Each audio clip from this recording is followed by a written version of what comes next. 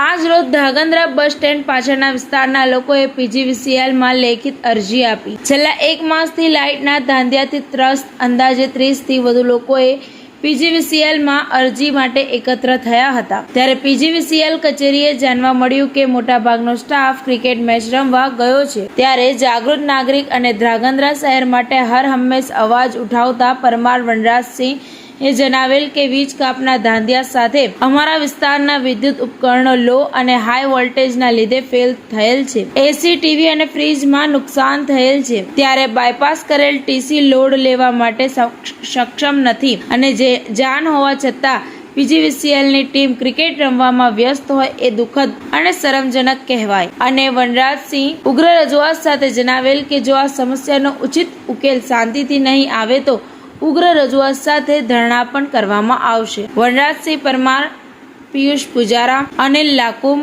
કુલદીપ વાઘેલા અને અમિત મોરીએ લેખિતમાં અરજી આપી છે। ટીવી 18 ન્યૂઝ નેટવર્ક સાથે રિપોર્ટર દિવાન મોહિદ્દીન, ધાંગધ્રા। બસ સ્ટેન્ડ પાછળથી કૃષ્ણ પાર્ક, ગાયત્રી પાર્ક અને માધર પાર્ક માંથી આવી છે। છેલ્લા મહિનાથી વીજળીના ધાંધિયા છે। પાવર ફેલિયર તો એક વસ્તુ છે, પણ સતત લો વોલ્ટેજ હાઈ વોલ્ટેજના હિસાબે અમારા સોસાયટીને લગભગ કેટલાય એસી, ફ્રીજ, ટીવી વગેરે ઉપકરણ નુકસાન થયેલું છે। અત્યારે અમે રજૂઆત કરેલા આવ્યા છીએ। કાર્યપાલક ઇજનેર મેડમ શ્રી હજી આવ્યા નથી, હમણાં પહોંચશે। બાકીનો સ્ટાફ જે મેઇન છે એ અત્યારે ક્રિકેટ રમવામાં વ્યસ્ત છે।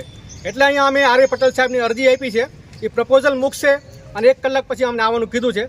હવે જોઈએ આગળ શું પ્રોસિજર થાય છે। શાંતિથી પ્રોસિજર થાય તો સારું વાત છે, બાકી હલ્લા બોલની કાર્યવાહી કરવામાં આવશે।